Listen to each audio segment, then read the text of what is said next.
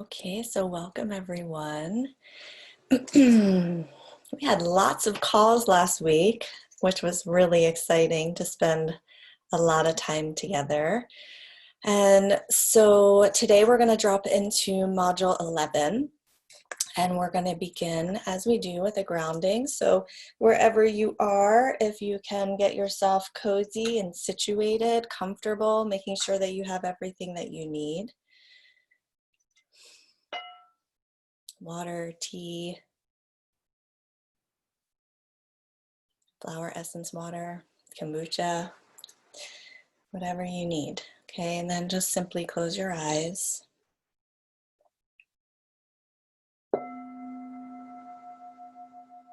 Breathing in,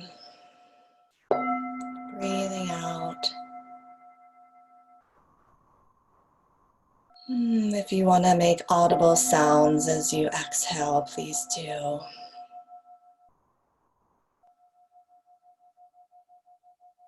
Just letting go of anything that you're ready to release in your own internal mind and body, anything that is a distraction to this present moment, just leaving it outside.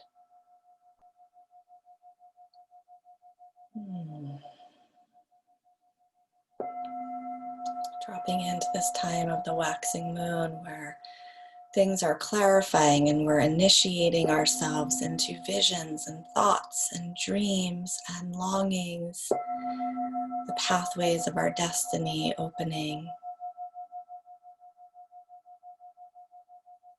And as we come into this place together, feeling all of the sisters, some who are here live, some who will be listening to the recording, feeling each of us creating more mature relationships with Gaia, and of course to our own internal self.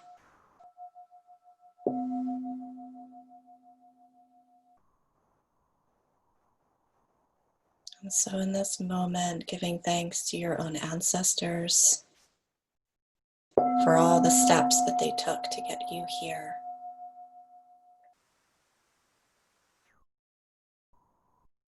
Going back generation after generation to the ancestors who always worked with the plants, where there was no separation between people and the earth, to those ancestors who held medicinal powers,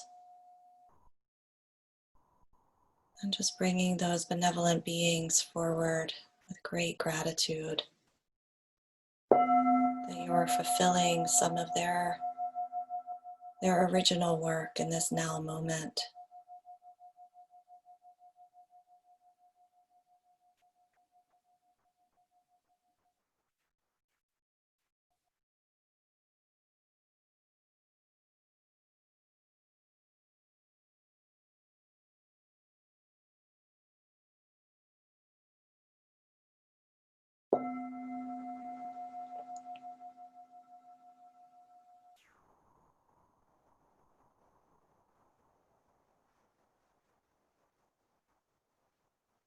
We pray that we deepen into our own communications and partnerships with all of nature, and that our descendants can continue to do so for the greatest good of our planet, for the greatest good of all beings in all dimensions, all timelines.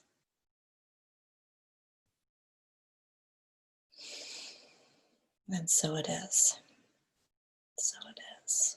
And so it is. And so it is.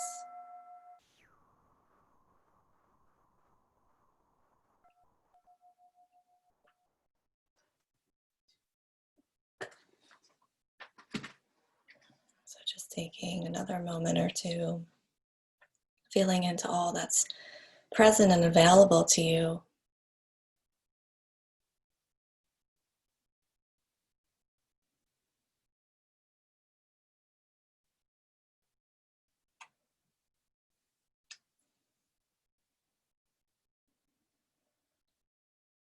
So when you're ready, you can open your eyes, you can leave them closed for a little while.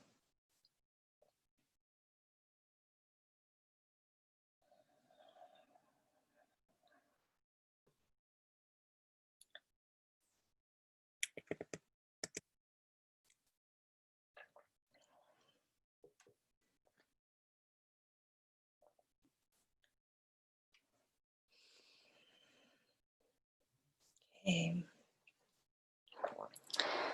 So before we begin the content, I just want to share for those of you who weren't part of the practicum sessions on Friday that we had our first group and it was extraordinary. And I was like buzzing for hours after the session and really all weekend.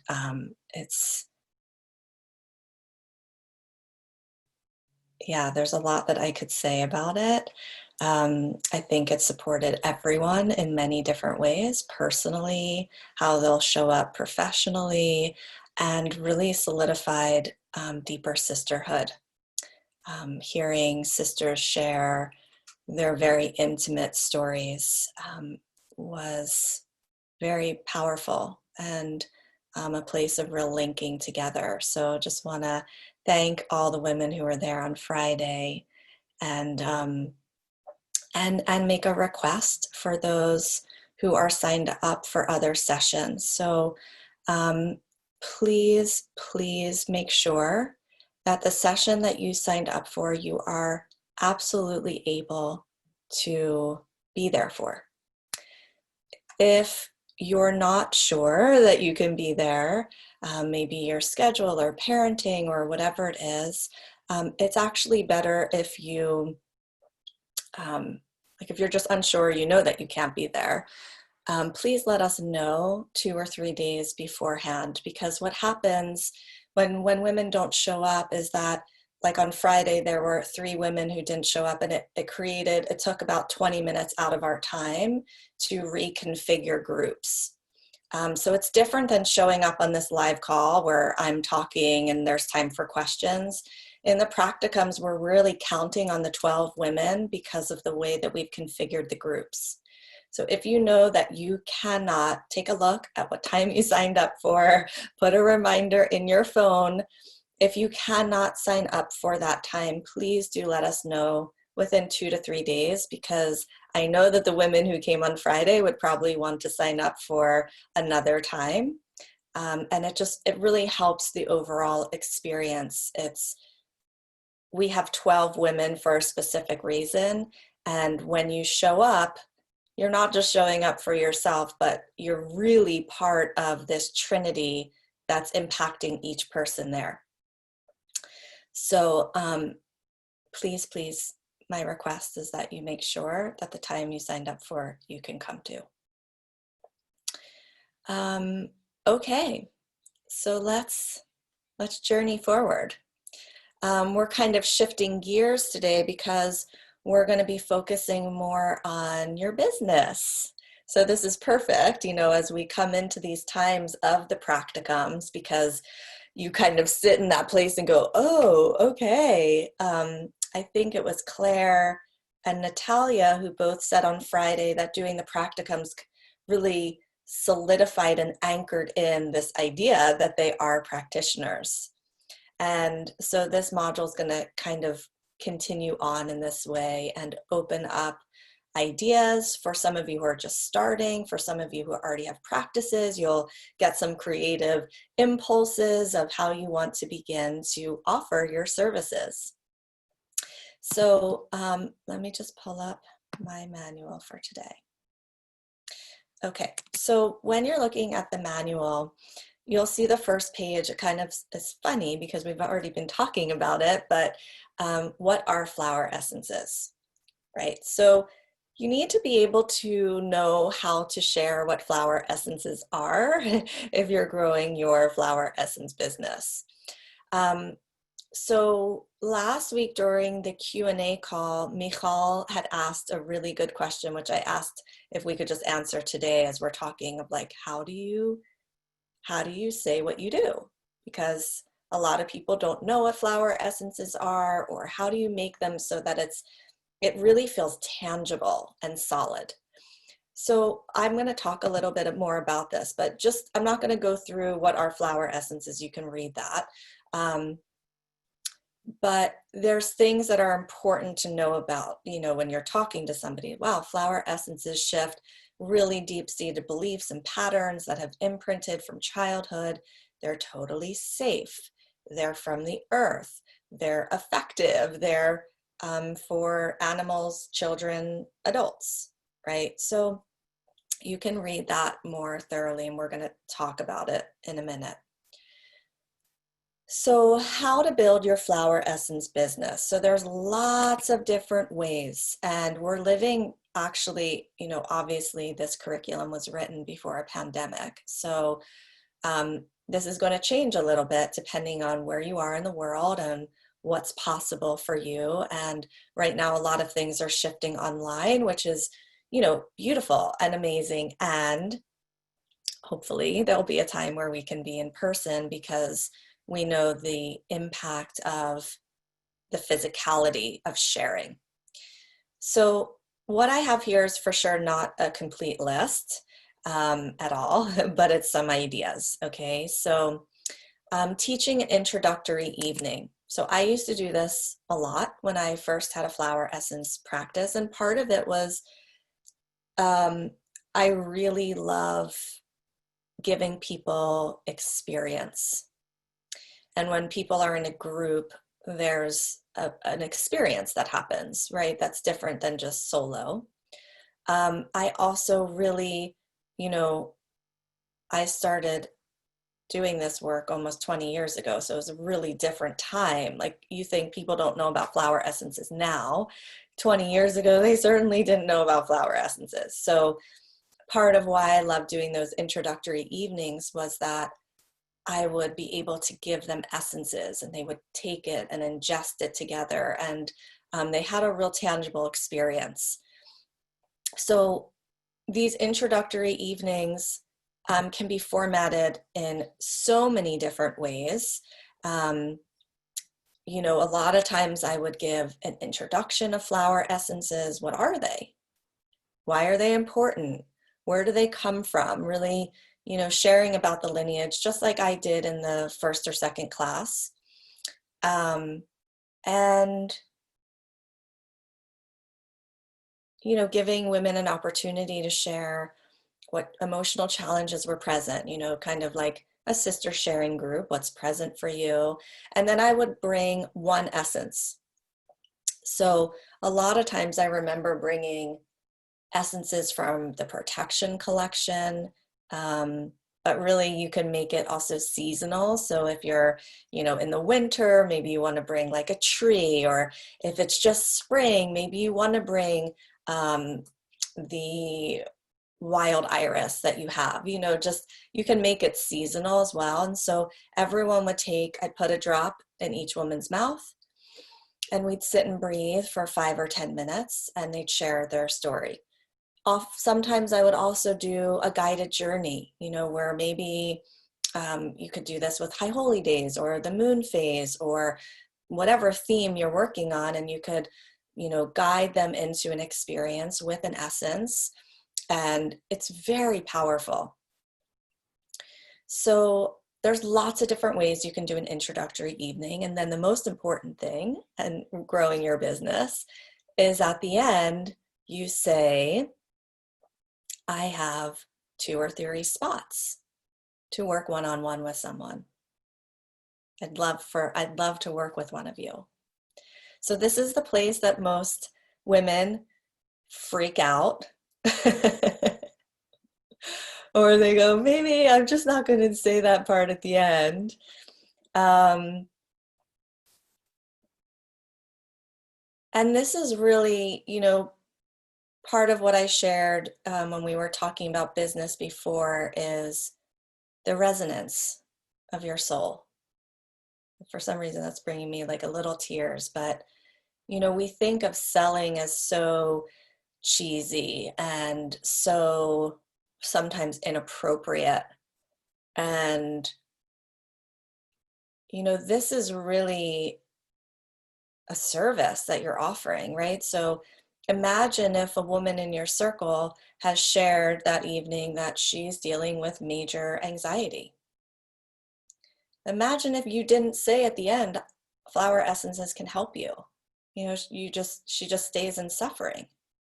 Imagine if she's just lost a child or she's going through a divorce and you just kind of leave her. It's actually harder on the body to leave someone in suffering than to speak whatever might be uncomfortable. And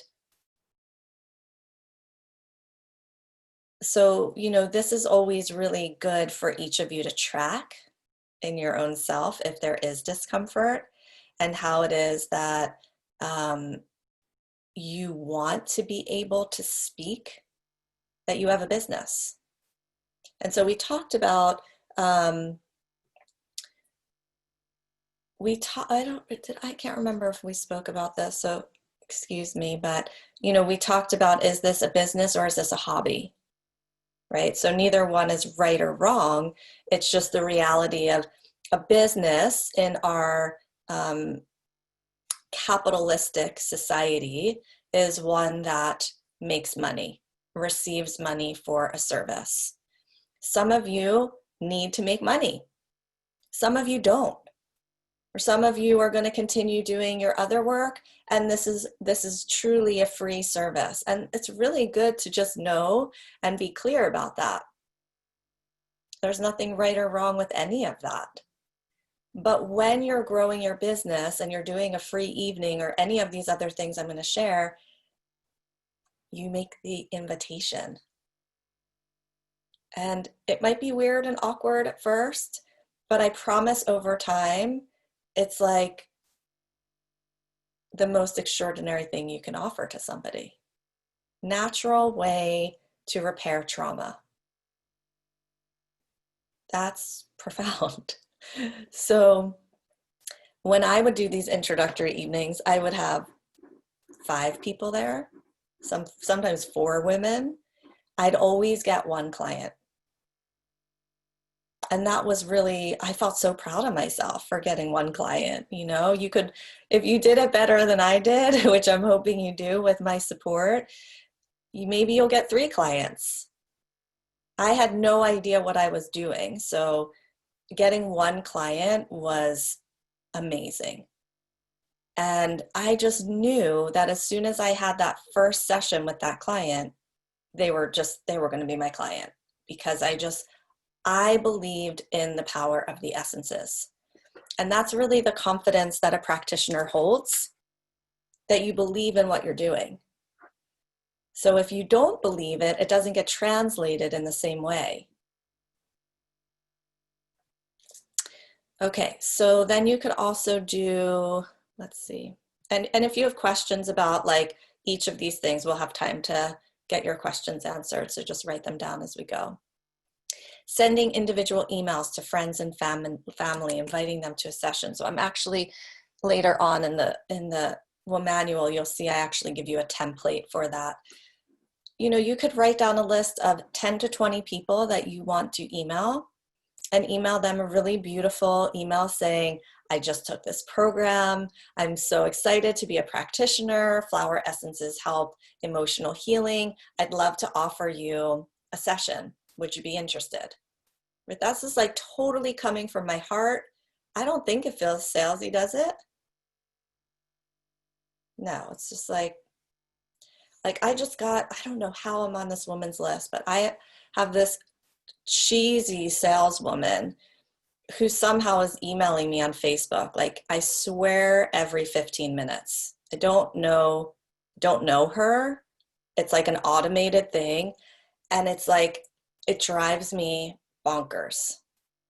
And we don't have a connection, right? She's just like reaching out to me it's an automated thing. It's not even, it's computerized. So, what I'm talking about is like people you have connection and relationship with, who trust you, are like, whoa, Of course, I want to have a session with you. I trust you. I'm sure that whatever you're studying is valuable. And every single person has something they need help with. Everyone. Some people, it's like, my kids are home for potentially a whole year. I'm freaking out. Some people are dealing with stuff with their mother. Some people are in breakup. Some people have partners who have been quarantined in another country for 5 months and they haven't been touched. I mean, right now in this pandemic, we have heightened things that people need support with.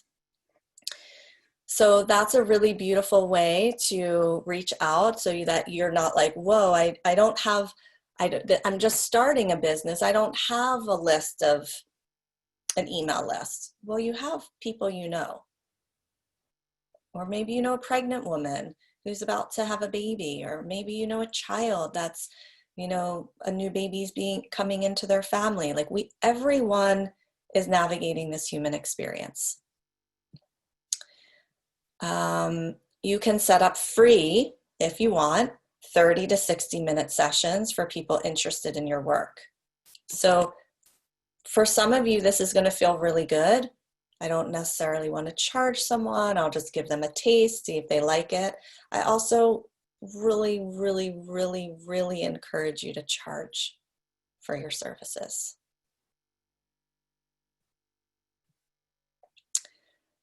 You can offer services at a discounted fee in exchange for testimonials. You can or you cannot. You can ask people for a testimonial even if they've given you your full fee. But these are all ideas.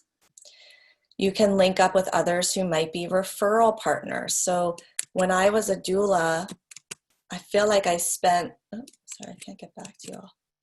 When I was a doula, I had just moved to LA, and I feel like I spent the first year there just having tea with every sort of practitioner that worked in the field of birth that I felt connected to, or that would meet me. So I met with chiropractors, I met with health, like nutritionists. I met with other doulas to let them know that I did flower essences. I met with acupuncturists. It's like, part of it's creating your web of who you trust and who you respect. And so just maybe you have practitioners in your realms that you're like, hey, I want to meet up, or I want to talk on the phone, whatever you can do, wherever you are.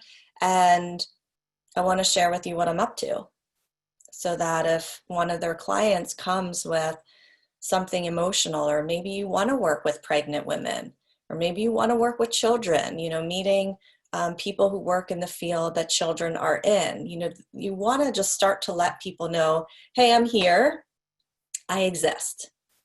This is what I'm doing. Because oftentimes what happens for women is they go, well, I haven't gotten any clients.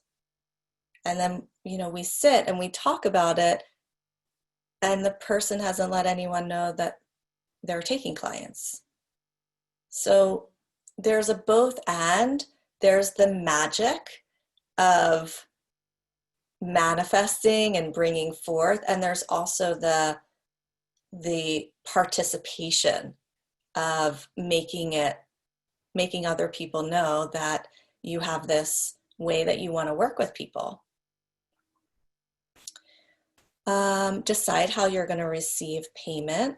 That's always really important, so that in the moment you're not like, I don't know, maybe you don't even want to pay me. It's fine. Don't worry about it. You need to know how you're going to get paid. I know I'm making it comical, but these are things that happen for women. Just like, you know what?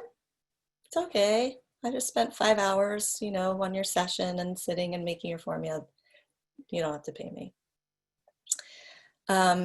Choose your ideal clients. So, I put this in there because some of you are really going to want this, as far as, in the business world, they talk about your niche a lot. You know, who's your avatar, who's your ideal client. And for some of you, this is great and this is really helpful. I personally don't know if I believe that you have to get super specific. I think that most of you here are multifaceted beings, and it can be really hard to just go, well, I'm just working with this group. So if it's helpful for you to narrow it down, or you're just like, I already know that I want to work with women who have lost a child. And maybe that's really, maybe you've gone through that and maybe you want to do that, or women who have gone through a divorce, or, you know, something that feels great. And I also just want to say, you don't have to. I've never had a niche except for women. And I like working with, you know, the whole spectrum of women. And I actually wish that I was working more with elder women and the things that they go through, and moving towards the end of life. And, you know, you may end up working with people who are transitioning from this life to another life. That's so powerful. So there's something about being open. And if it resonates for you to just choose something, then please follow that. Create a website. Can just be one page. You do not have to stress about it, and you don't have to wait till the website's up to start reaching out to people. That's something that, you know, we all have such tendencies for perfection, and because if we have fears, we're like, well, I'm just going to wait for this, and then I'm going to do this, and I'm going to wait for this, and so you never put yourself out there. A website's great. It's not mandatory, and it also kind of depends on who you're going to work with and what it looks like for you. So if it's helpful, put one page up, but don't let that be the thing that has to be complete before you send some personal emails out.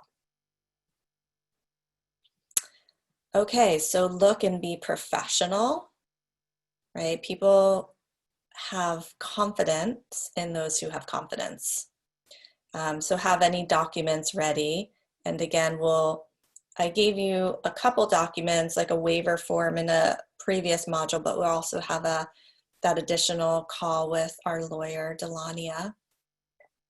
And be prepared for when somebody says, what do you do? So we're gonna we'll circle back to that in a couple minutes. So personal email invitations. So this is about sending individualized emails. Of course, if you already have a large email list, or an email list in general because of something else you do, you can send an email to that list saying, you know, I have this really exciting announcement for this past amount of time. This is what I've been focused on, and I'd like to take on 3 clients or 5 clients. And just be real. All people want right now is realness.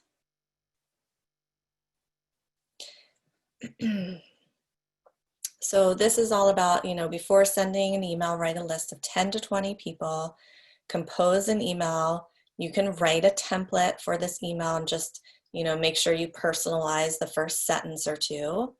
And the no responses are just as important as the yes responses. You know, depending on who the person is, if the person says, hey, I'm not really interested, you could just leave it at that, or you could say, hey, I'm curious why. Did something not resonate? Was it not clear what this is? You know, this is kind of like research. What works for people? What lands for people? What doesn't, right? So if you just go, hey, I'm offering flower essence sessions, people may say, I have no idea what that is, so forget it. But if you offer what they do and how effective and how safe they are, there's more of an inclination for somebody to go, oh, I'm curious about that, right? Or if even you put specific things like they work with reducing anxiety or helping families in transitions, like giving concrete examples, and keep it simple. So this is a really simple template that I'm giving you. You could copy it word for word, and or change it. Okay, so the first sentence is, second sentence is, well, I guess I'm sure you're busy with the kids in school, so that's, you know, kids at school, at home now, but it's very much pretty clear. I'm reaching out to a select group of people. I've just become a flower essence counselor or therapist. It's been a dream of mine. I'm now excited to start working one-on-one. Some people are familiar with flower essences. This is what they are. They address overwhelm, depression, anxiety. They have no side effects. I'm reaching out to see if you're interested in a session. It would be such an honor to work with you. If you want to set up a chat, I can explain about them. So put it into your own words. You've got your first email. Super simple.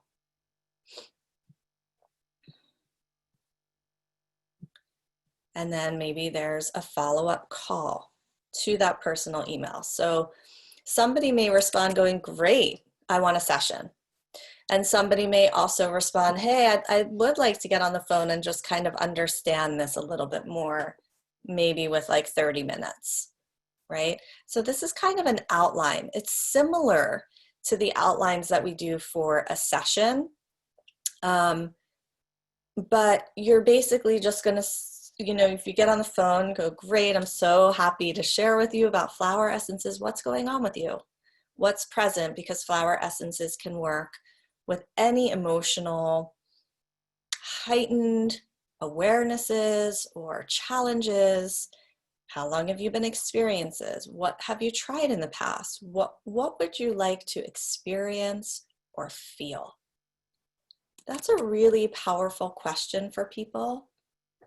When you're kind of embedded in whatever challenge, for somebody to ask you, what would you like to feel? You know, some people are going to respond really quickly and be really clear. Some people are going to go, wow, you know what? I've had this going on for so long. I don't even know. And so it's a beautiful place for them to kind of dream into how they want to feel, what they want their life to look like, how they want to experience their life. It's a beautiful moment of possibility for somebody. And what would happen if this issue was resolved? So what would happen if your anxiety decreased? How would your life feel? So you're really just, you're not so much focused on like having a full session, like unless it kind of goes there, you know, but it's not so much like what was your relationship with your mother like and your father. It's just what's happening right now and what would it feel like if that shifted or decreased, right? Just giving an opening, like what will happen if this pathway kind of opens?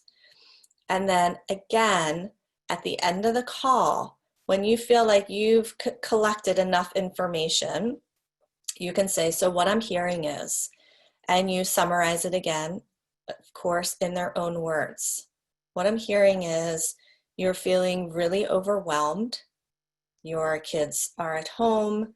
You're having to make sure that their schoolwork is done. You're having to work at home. You're having to do the laundry and the dishes and you have no space, right? Am I leaving anything out?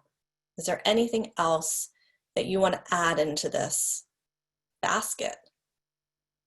Okay, and these are all optional, but they're pretty fluid, right? So what I'm hearing is this, am I leaving anything out? Is there anything else you want to add?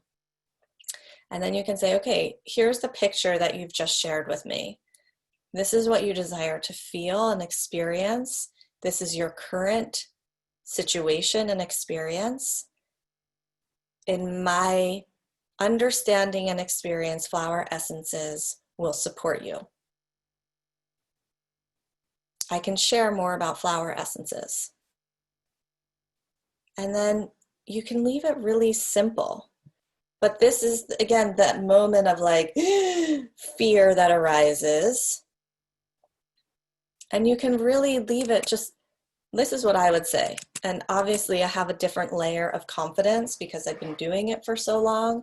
But I would say, here's what I'm hearing you say is that you're experiencing extraordinary anxiety in your life. And some of the things are changeable and some aren't right now, right? So for example, if kids are at home. And yet there's always ways to navigate the emotions that we're feeling. I know flower essences can help. I'd love to do a couple sessions with you and have you have the experience of their miraculous shifting. Should we, what do you think? Somebody's like, whoa, yeah, of course I'd like to try that. Or they say, how much do you charge? And so this is where you want to say whatever you charge, which includes the flower essence formula or doesn't include it. So you want to get really clear, you know, does your session include a flower essence formula or is that additional? So I always have had my prices include a flower essence formula, but I've also worked with other flower essence practitioners who will do a price and then, you know, an extra $20 or $25 for an essence. So you have to get really clear for you on what that is. So that, because somebody's going to say, that sounds amazing. And you know, because how we always all ask, what do you charge for that? And so you have to be really clear. Well, right now I'm offering everything for half my price because I'm just starting. Or I charge $150, that includes the essence. And you take a breath. So what's most important when you give your price is to breathe and to close your mouth.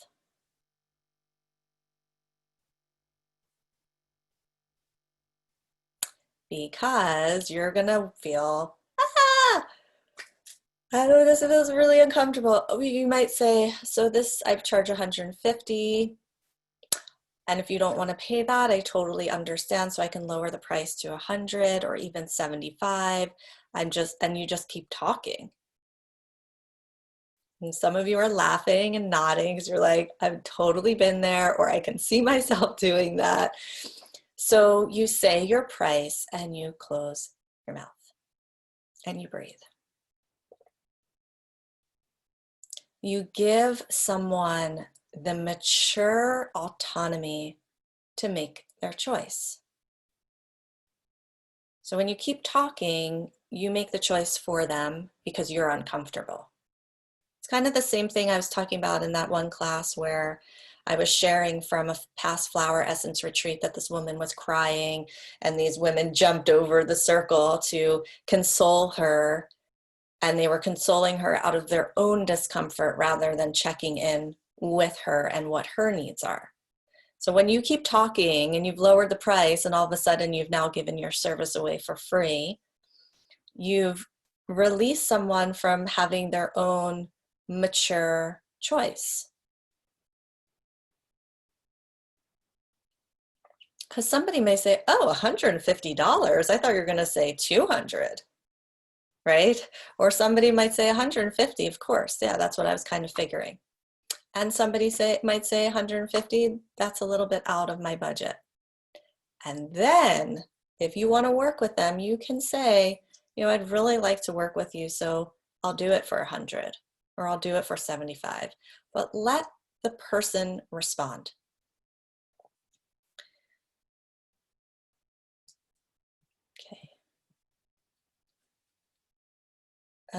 So what I always have done, and again, this is completely up to you, is I've asked people for a 3-month commitment, which is 3 sessions. You know, it's pretty minimal. Because when I was in herb school, you know, as an herbalist, I always learned, you know, things take 8 to 12 weeks when somebody's taking an herbal protocol to really see a change. And I just sort of kept that in my mind when I started flower essences. And as you know, now that you've gone through, some of you have gone through 2 sessions with your mentor, some of you have done your 3rd one. You know how much can change in 1, and then 2, and then 3. And so it's really powerful to ask for that 3 months. And, you know, I've always really framed it from my truth, which is there's a lot that changes over the course of 3 months when you're consistent with flower essences. And I want to support all the things that you want to come into being. When we do 1 session and you were complete, I don't know if you're taking the formula. I don't know if things are arising while you're taking the formula that you might have questions with. So I just really hold again, everything is about how confident you are when you bring it forward. And I know that you're just starting. And so you're just some of you are just starting your relationships with flower essences. Some of you are in it deeper or have been doing it for longer. And so that confidence may not be there, but there has to be, as a practitioner, there has to be a level of confidence of, this is what I think is best. This is what I think will give you the best results. And I think for many of us, if you've been going to health providers for long enough, acupuncturists, chiropractors, yoga therapists, like if you've been in this world long enough, it's pretty rare to find somebody who only wants to do 1 session. And it's not just because they're greedy and they want you to come back. It's because either the physical body that you're working with or the emotional body needs more than just 1 session, depending on what you're dealing with. Because some of these emotional issues you've been holding in your body for 20, 30, 40 years. So it's up to you how you want to present it. You can say, I'd love to do 1 session and we can circle back and see if you want to do more. Or you can say, I really typically love to work in this way. This is what I see to get the best benefits. And I'm available to you. Right? It's probably been really nice for you to know that you can either text or email Joe, Karuna, or Ulasita whenever something's present. You're not like, oh gosh, I have to wait till my next session to ask them this or share this. It's like they're available. So it's good for you to dream into how it is that you want to work, knowing that it'll probably change, right? So you may work one way for a while and then from experience, you're like, oh, I want to tweak this, or I want to change this, or I want to do this differently. And that's just part of practicing. Okay, so don't forget the invitation at the end of the call. Okay, so let's talk about when somebody asks you, what do you do? Okay, this is really important, and I think I was sharing with Michal on the Q&A call, you know, this is something I've learned over a long time, how to say this. So unless you're, you know, over the past, I'd say, let's see, over the past 35 years, there's a lot of complementary and alternative medicine that's become more mainstream. So when I was little, it certainly wasn't mainstream to go to an acupuncturist. And it's really beautiful because I forget the statistic, but complementary and alternative medicine therapies are used by, like, I think it's, yeah, I don't want to give the exact number, just millions and millions and millions and millions and millions and millions of people, 50 million, 75 million people in the United States. They're a very important part of our medical system.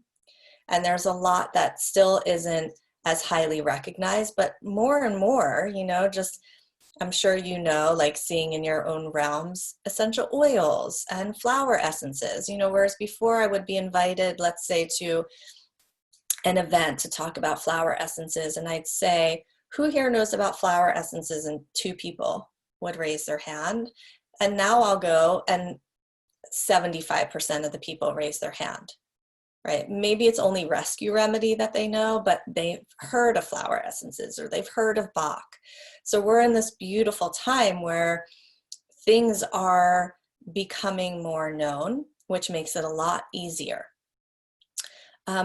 I think a lot of healers who practice in the realms of energetics have a really hard time saying what they do, because it's really hard to put it all into words and to encompass everything. We kind of want to include every single detail so that somebody knows how important and powerful it is.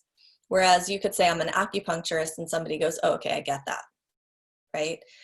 Or a yoga teacher. Oh, okay, I get what that is. But that doesn't mean that that acupuncturist or that yoga practitioner, they probably have a lot of specific ways that they show up that they may or may not say when somebody says, what do I do? Right? Like that yoga practitioner might be a Reiki healer and an essential oil practitioner and all these things, but maybe they say I'm a yoga practitioner because it's easy for someone to understand. And then when that client chooses to come, you can reveal things. So you want to kind of meet whoever's asking, you meet them where they're at. So let's see, depending on who you're speaking to, simply stating you're a flower essence therapist may not be understandable. And you want them to understand. You want them to go, whoa, can I have your number? I'd really like a session. Or my best friend's sister would really benefit from working with you. So again, thinking about this question as an invitation, creating interest for the person that you're talking to.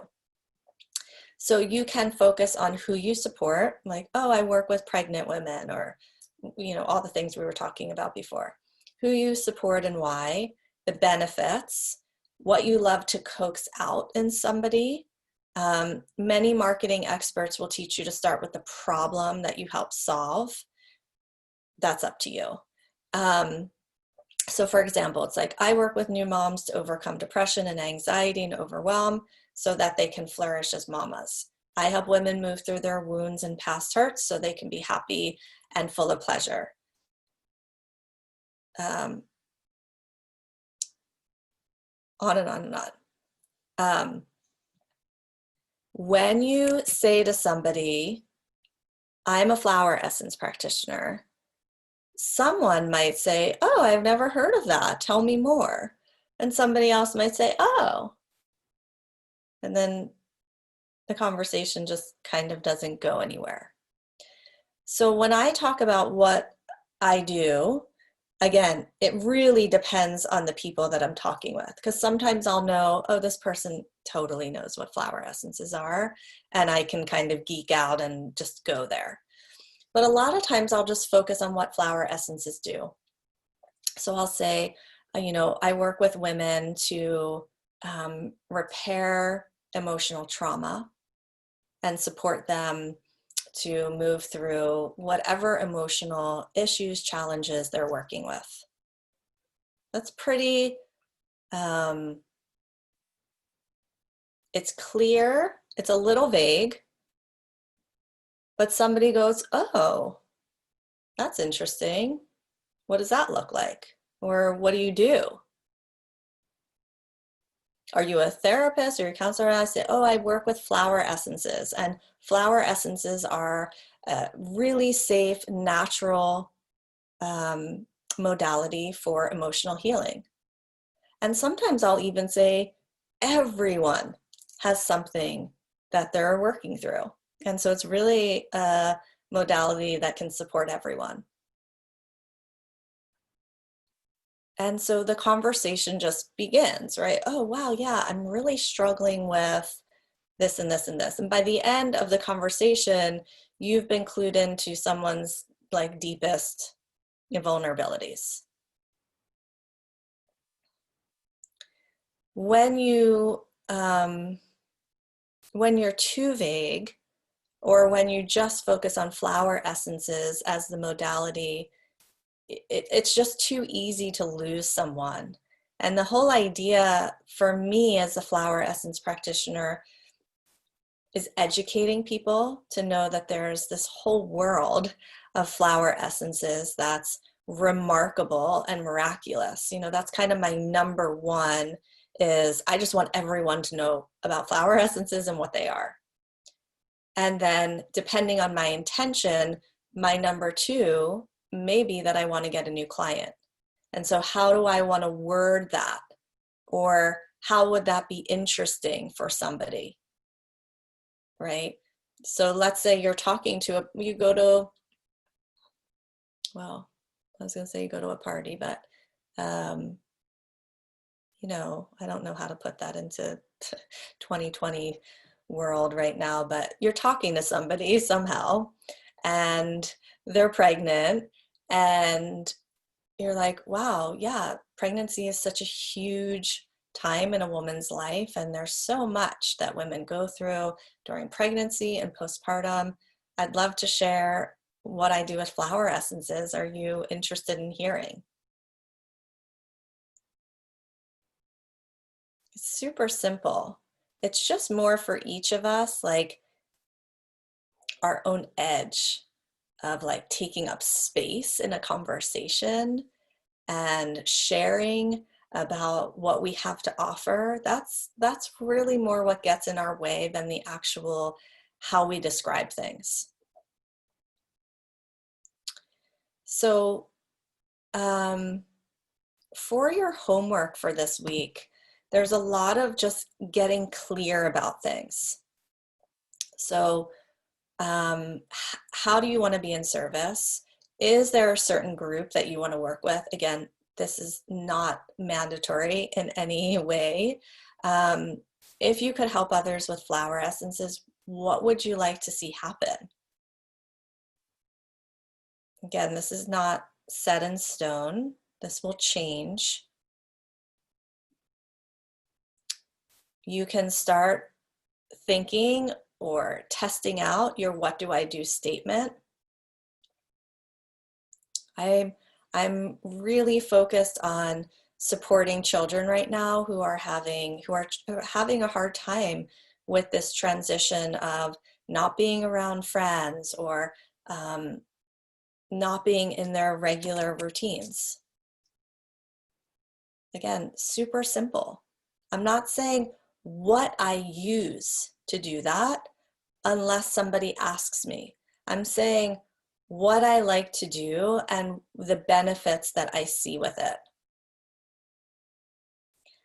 You know, as healers, we're caught up with like what we love, right? So like if you're here and you've fallen in love with flower essences, you're like, I just want to tell everyone about flower essences. But more often people want to know how you're going to help them. Especially people who have either been in denial that they need help, and so they've just been like having their own hidden internal struggles, or people who have really actively been working with others and haven't really had the effects that they've wanted. Somebody just wants to know, hey, are you going to be able to help me? That's really what I care about. I'm suffering, I'm in pain, I'm in denial, I'm really having a hard time.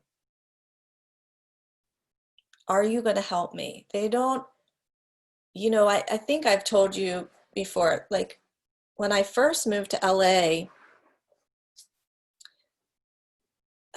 so many of the clients that I would get referred, um, I was really like their last stop. You know, it was like they've tried every other practitioner.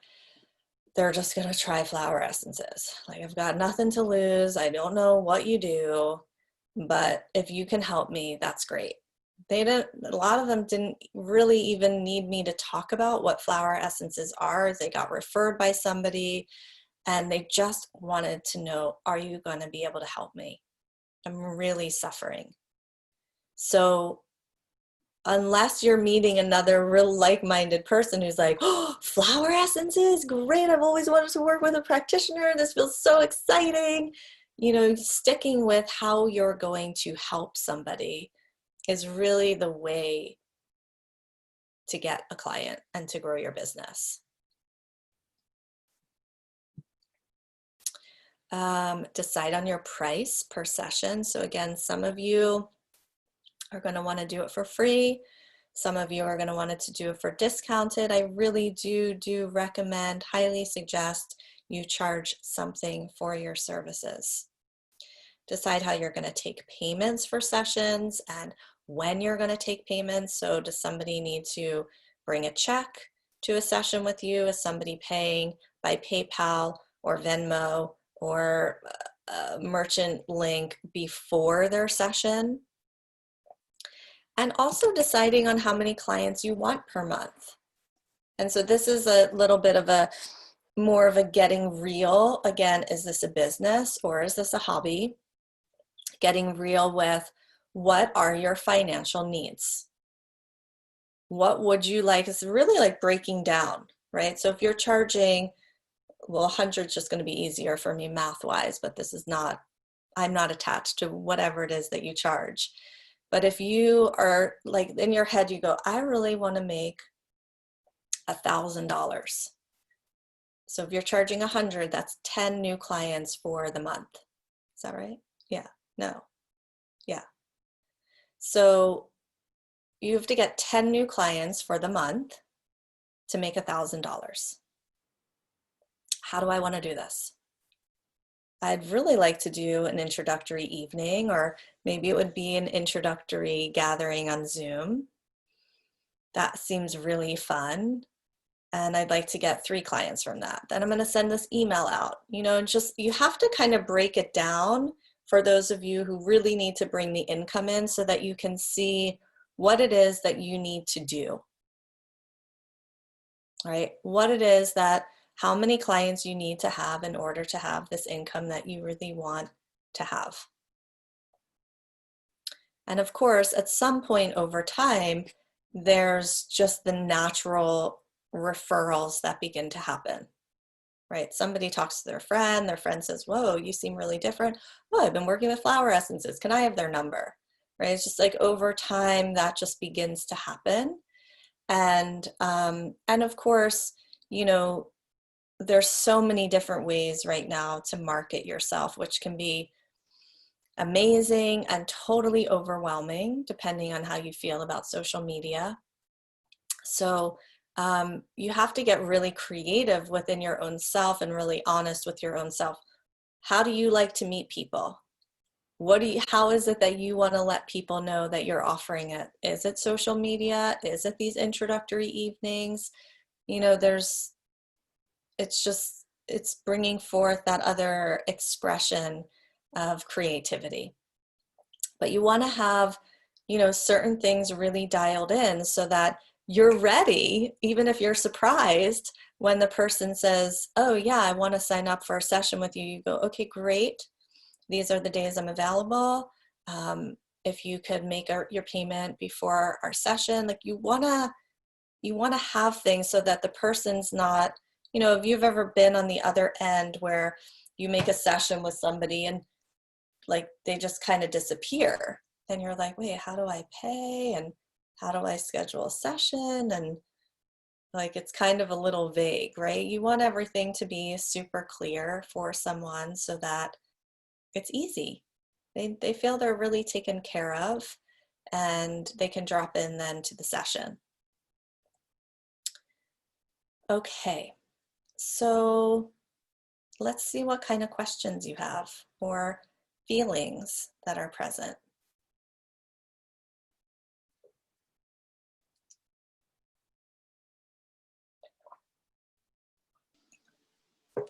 I'm going to put my Um, mute. Oh, great, Natalia. I'm going to just mute myself. okay.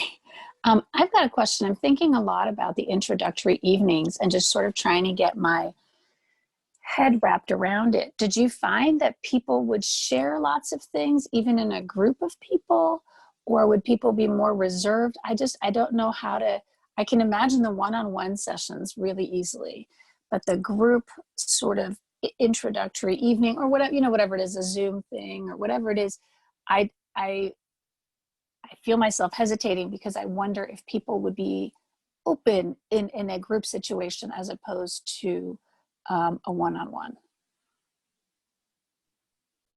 So I think it just depends how you frame it.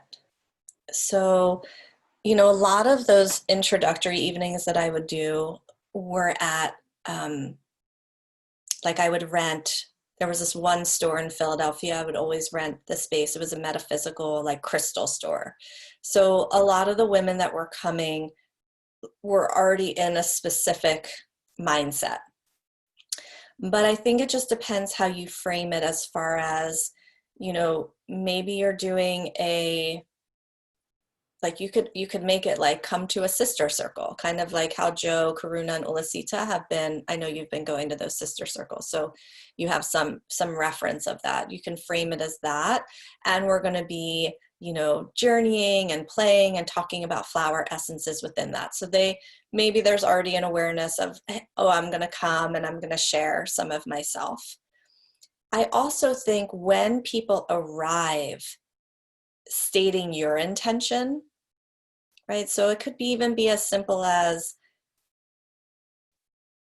the times that we're living in, right? That the times we're living in without having as much human and social contact as we have had, or outer circumstances really significantly changing, have inspired me to create this circle together so that I can talk about flower essences because they're so extraordinary for all the emotions, but also we have a place to share.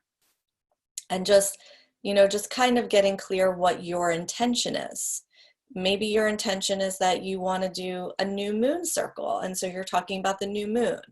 Maybe your intention is for, because I know you, obviously, and it's like maybe you're calling forth either a close group of girlfriends or you're calling forth parents who are wanting emotional support, homeschooling parents, or it's all about how you frame the evening or the time together. So, and how you show up helps people to drop in.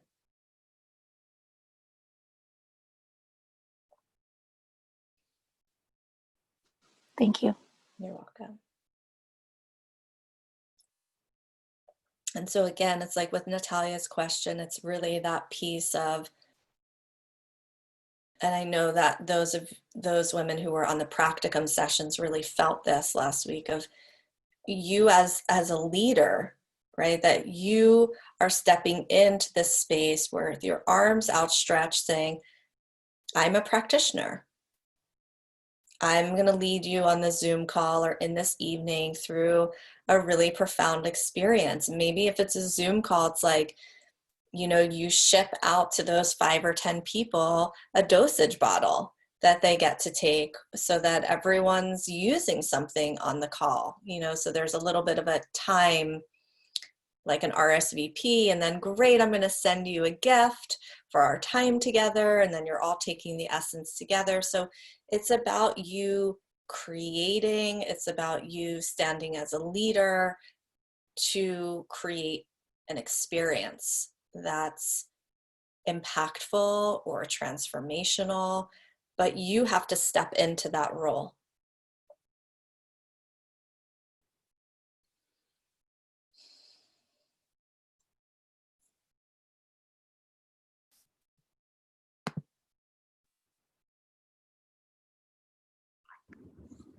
Hello. So I have a question and some thoughts around when you do other things. I have some fears that it would like dilute your message. So I'm training to be a forest therapy guide, and I also read tarot cards and now flower essences as well. And I love all three of those things, and I'm really excited to share them all. And so I guess I have some fears around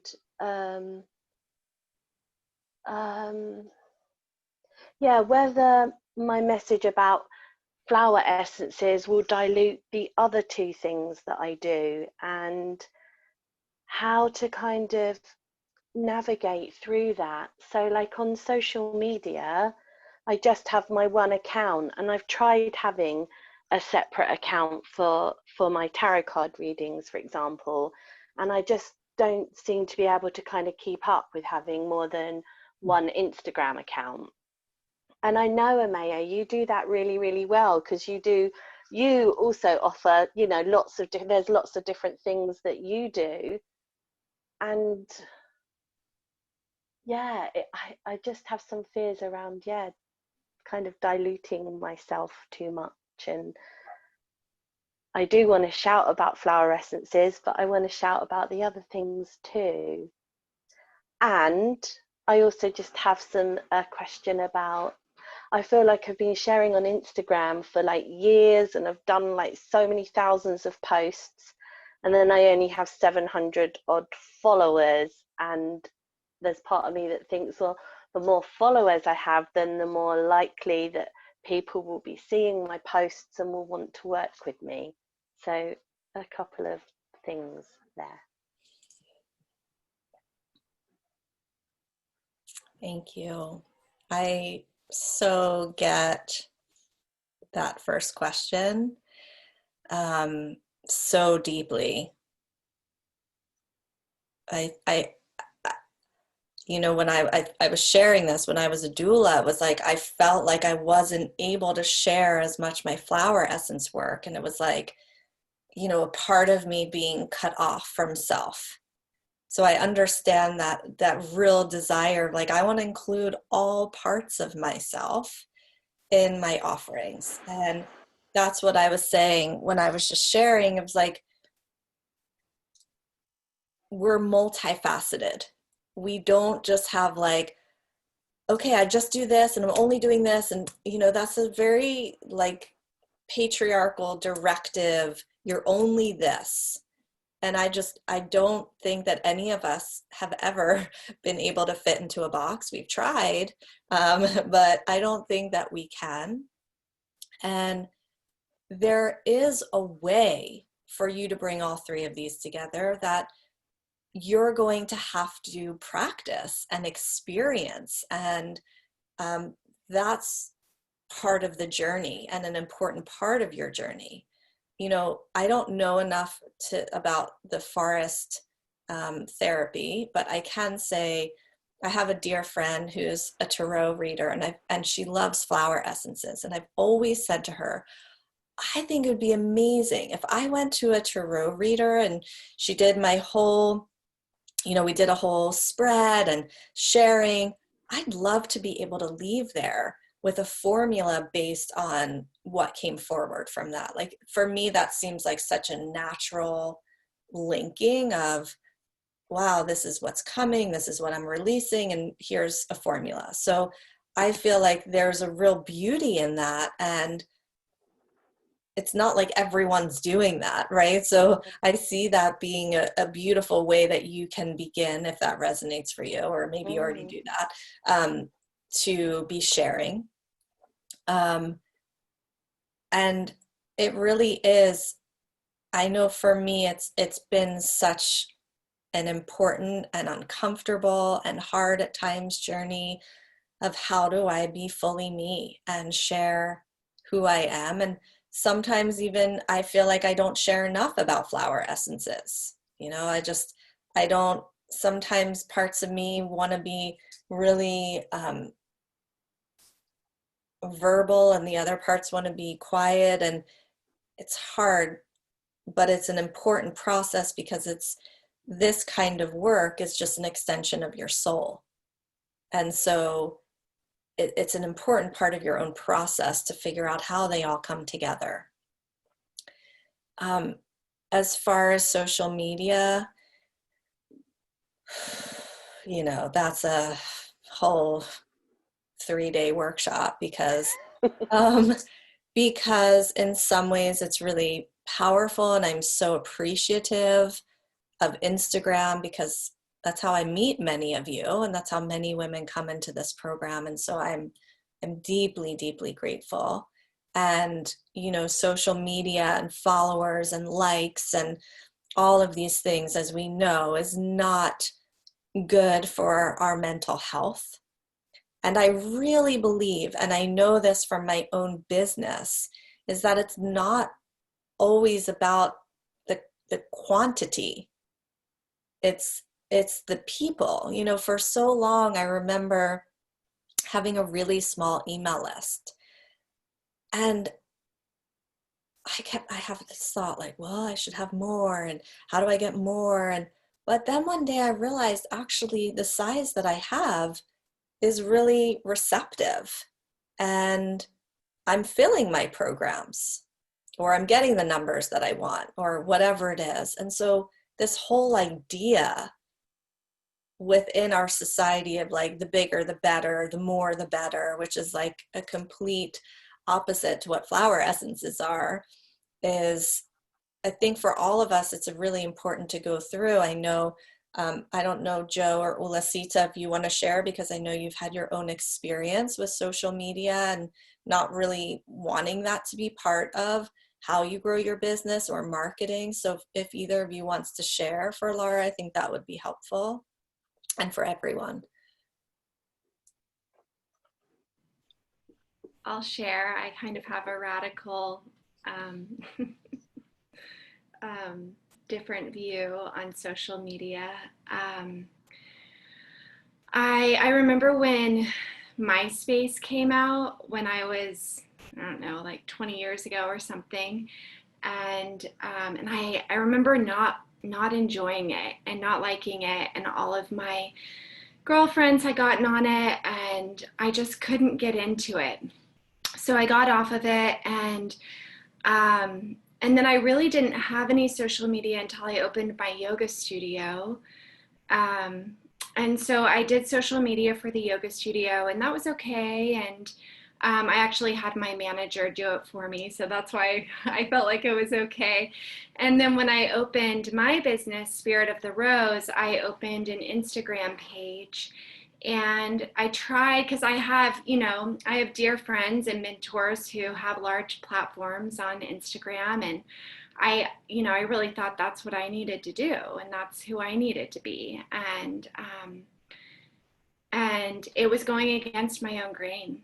And I tried, and every time I tried to post something or do something, I just felt so inorganic about it, and it didn't work for me. So I kept trying for a couple of years, and always had this inner conflict going on. And finally I had a session with Amaya a couple of years ago, and she was like, and we were talking about the Instagram and the social media, and she had already known that I had this like inner conflict with it for a long time. And she said, why don't you just give yourself permission to stop, or something like that? And I was like, wow. So I got off of it for a year, and just a few months ago, I decided, I'm going to try it again. I'm going to see what that's like again. Got back on it for about 2 weeks, and still not my thing. Not my thing. And so I give myself permission to not do it. And you know what? It works great. It works great for me. I'm blessed. When I'm doing my morning sadhana, my morning practice, I pray and I ask that all those who would be served by my offerings find me in divine timing. And it works for me. I don't have a huge business. I don't have perhaps as much monetary success as I would have if I was building a larger platform and had more links to more people. and that's okay for me. I love to have a simple life as long as I feel safe and supported, and that I have enough to get by. I'm great, you know. And that's my archetype. And I remember Jobel and I were speaking of this one time, and she was talking about one of her mentors and something one of her mentors said, and she said that some women, she was specifically speaking about women, but some women have the archetype and come in with the dharma, the sole purpose, to have a large, huge following and to reach lots of people, and that's amazing. And some women come in with their dharma to have a quieter, simpler life and to reach a smaller amount of people, and that's just as amazing. That's just as amazing. And whenever I heard that, I was like, oh my goddess, I finally gave myself permission through the 2 links that Amaya and Joe shared to just be myself and trust that that's enough. And I'm just getting tears right now because it was such a huge journey for me of putting this pressure on myself to be someone that I'm not. And so it's really liberating. And I actually don't do any kind of marketing at all. I do none. And it seems to work. We'll see whenever I move from the community that I've lived in for, my whole life, how it works then. But that's my experience. So I hope that touches and reaches some of you. Blessings.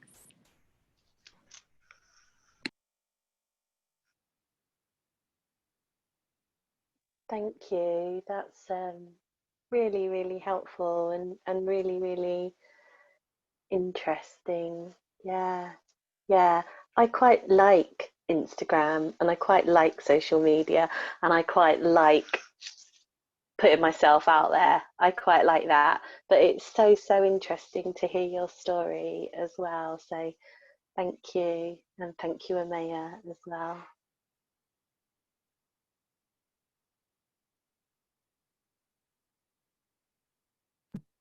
You're so welcome, and thank you, Ulasita. Yeah, it's just like, as you grow a business, you do you. And all of us are figuring out what that means because we've been so conditioned to forget who we are. So I just saw there's a bunch of questions here in the chat, so I'm just going to go through them and then we can go back to see some live questions as well. Laura, you're asking for essences for a guided journey. Okay, I'll come back to that. Seta, yeah, that's how I met Seta and Kate, actually, who are here in the program, is at our winter solstice gathering. We worked with our Mother Mary essence. Okay, Joe, okay.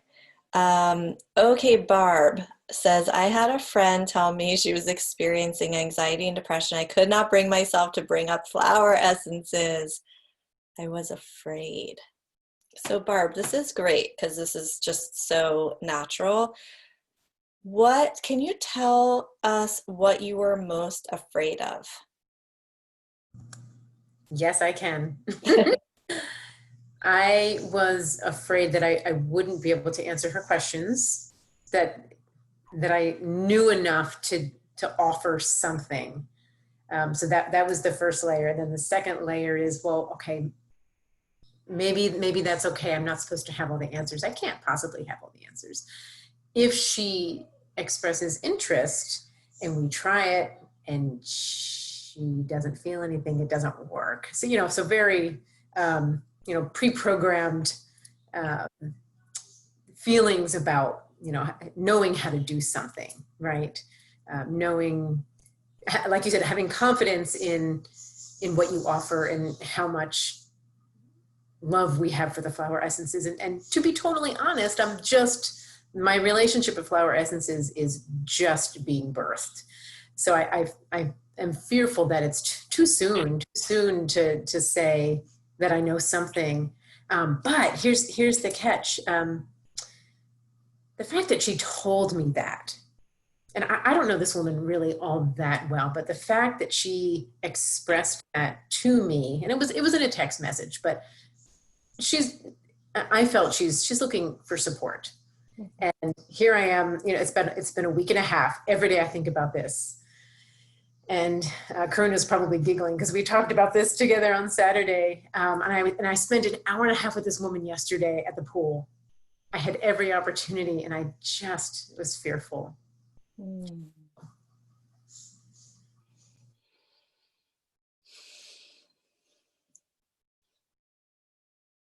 So, yeah, this is real and it's true and it's going to happen for some of you. And it's an interesting place to be because there's some of your own personal limiting beliefs. There's some cultural beliefs, right? That, like, for example, even if you're a practitioner, you have to be fully healed or you have to fully know everything. That's just not going to happen. It's not going to happen. So, and again, just this piece of giving somebody an offer and letting them make the choice. Right? So right now you've kind of already made the choice for her. Right? You're like, well, I may not know everything and it may not work. And so you've already made the choice for her, which really takes her experience. And like you said, she's obviously reaching out because she wants support. And maybe she doesn't know that support would come from you necessarily, but she's like, I'm having anxiety and depression. And you're just like, okay. Right? It's like, just, the golden rule is how we want to be treated, we treat others. So if you reached out to somebody and they withheld something because of their own personal fears, that's impactful. The flower essences may work, they may not. You're not telling her this is the end all. You're saying, hey, I'm learning this new modality. It's new. I really think it's going to help you. I'd love to offer it. No promise, no guarantee, no anything. She will have an experience. If you give her borage, lemon balm, lavender, she's going to relax. Like it's just like, it has to happen. If somebody's taking something for anxiety consistently, all their heightened emotions will sink. Like, you were working with Karuna for whatever you were working for. I don't know. I don't think you were just working on anxiety with her. And it wasn't until the first day of your second session where you were like, oh, something's just happened. But for specifically anxiety, if somebody is being consistent with a formula, they will for sure notice a shift. So if they don't notice, then they're not taking it consistently. They're taking it like once a day and then forgetting the next day. And, so I think for all of us having the awareness of, we're not telling somebody, well, actually I do. I mean, I tell people all the time, this is absolutely going to work, but I'm also really clear that it will. If I'm not clear, I don't say that. I think, the beauty of being a flower essence practitioner and somebody who's working in the emotional realms is when you have an emotion, you turn towards it, right? So like, whoa, there's been a fear. Like, you've wanted to text her back. You sat at a pool with her for an hour and a half. It probably ran through your head like 10 or 12 times. Oh, maybe this would be a time to talk to her. Maybe I should bring it up now. It's like just really turning towards that in your own self and saying, what's really present here? Am I going to let someone down? Am I good enough? Am I, like, what's underneath of it all? And then you bring it back to Karuna. Because we all have all of these things. I'm not good enough. I don't know enough. What if this happens? What if? We all have that. And so the choice is, are we going to allow that to run everything, or are we going to turn towards it and work with it, take our own medicine that we're offering to somebody else and say, whoa, to this woman, I've got something that's really going to help. Because obviously there's a reason, you know, you can just give her something for the anxiety, and then you can also say, there's a reason that this is present. So if you ever want to talk about those deeper reasons, I'm also here. But in the meantime, here's just something for anxiety.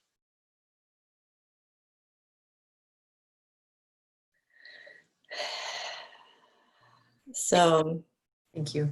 maybe you can let us know by the end of the week that you've reached out to her and how that was. I will. Thank you. You. Thank you so much. Natalia said, I felt the same way. I felt like flower essences could help, but not sure how to broach it. So again, it's like really thinking about if you were going through something and somebody had something that could help you and you withhold it from them, what is that like? They get to decide ultimately. So you get to present it and they get to decide. But allowing your own fears to get in the way of somebody, yeah, just, I'm like getting emotional about just having somebody have some relief in whatever they're going through. You need to move through your fears.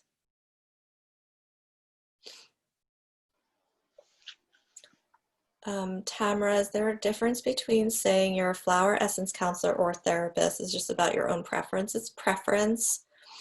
You could also say practitioner. Everyone kind of does it a little bit differently. Some people don't want to use the word therapist because they haven't been trained in therapy, but it is that. It's just within a different context. So yeah, just personal preference. Diamira, if you want to work with people that make at least a 3-month commitment, how would you incorporate that into the personal email? I worry about overwhelming people.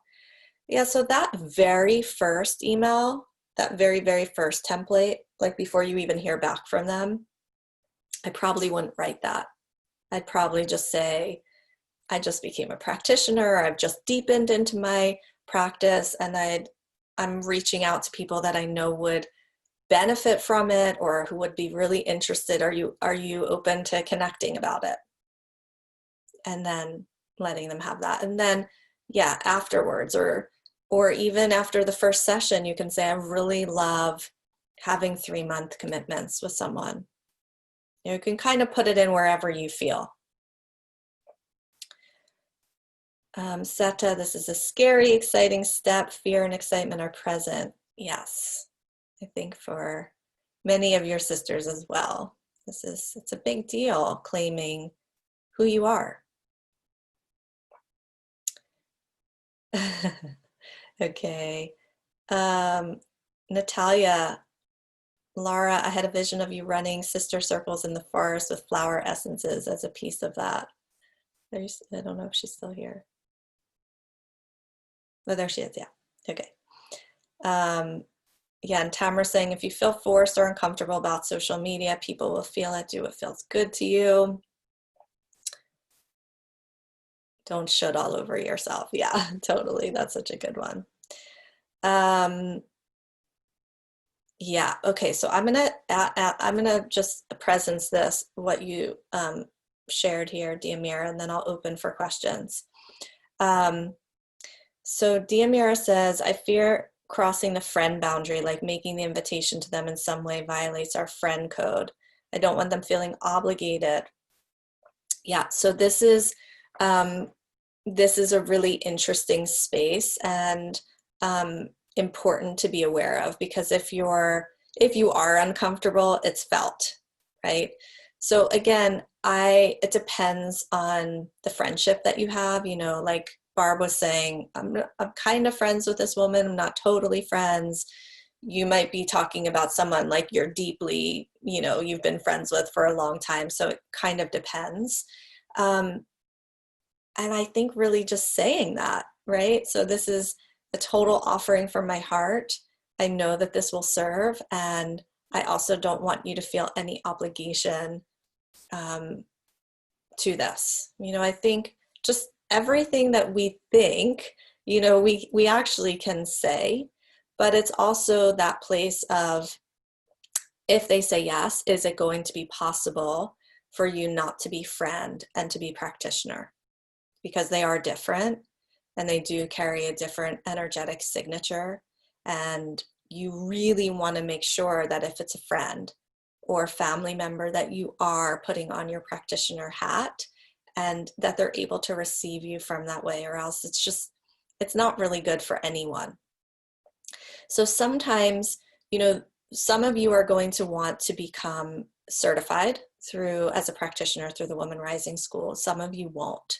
But what some women have done who have chosen the certification path is that, so in the certification requirements, you have to work with 3 clients for 3 months. And so what some of them have done, those 3 clients have been people they haven't charged for, or they've offered something more minimal. It's just like, I'm just practicing, right? This is like kind of part of my requirements. The people know that it's part of the requirements. And sometimes people have worked with friends and family in those requirements. That's kind of like where they've put them. I still don't think it's easy. And I still don't think that you get to amplify yourself in the same way, because there's roles and expectations of who you are that are really hard to expand out of. My greatest, you know, suggestion would be that those 10 to 20 people that you email aren't closest friends and family. But if you can't think of people, then of course do that. Or if you're like, my friend is really going through a hard time, like I have to offer this. So just being mindful, because it is hard to work with dear friends and family as a practitioner. And you also hold dreams for them that they may or may not hold for themselves.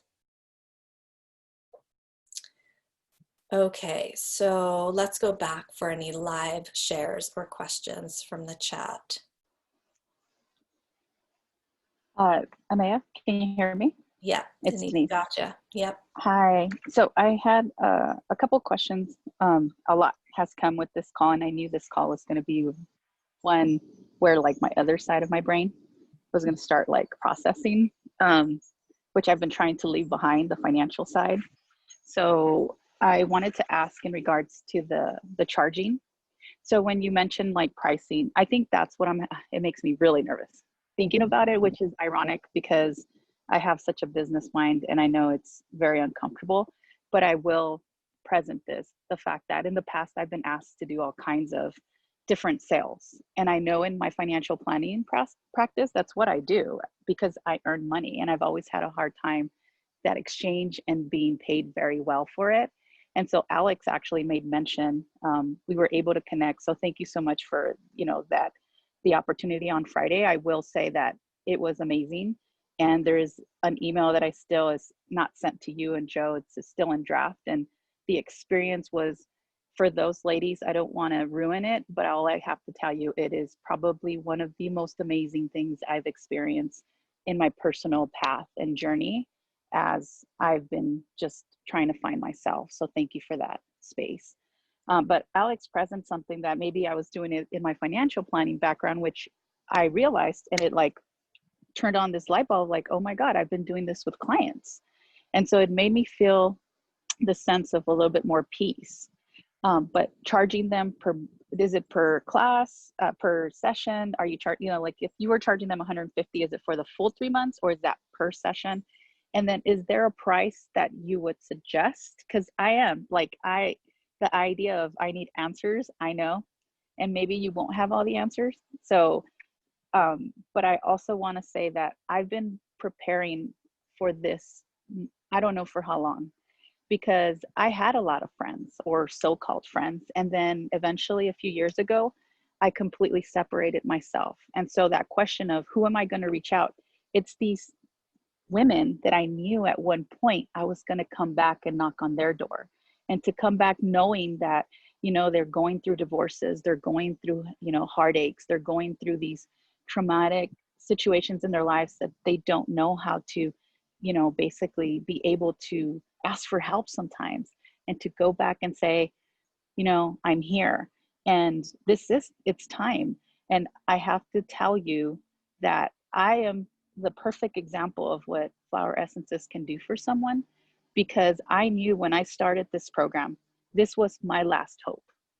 I knew that for me, this was the answer. This was my calling. This was my soul's purpose. And, just to tell you what it's done, just the second month, it's brought up so many things. And one of the things that Joe asked me was to not refute my power, which I've been asking for so long. And being able to do that the second 30 days, I can't even explain it. And all I can tell you is I have fallen in love with myself and with everything else in this world that I can't explain it. So I want to tell everyone that if it hasn't happened for you, it will. You just have to give it time.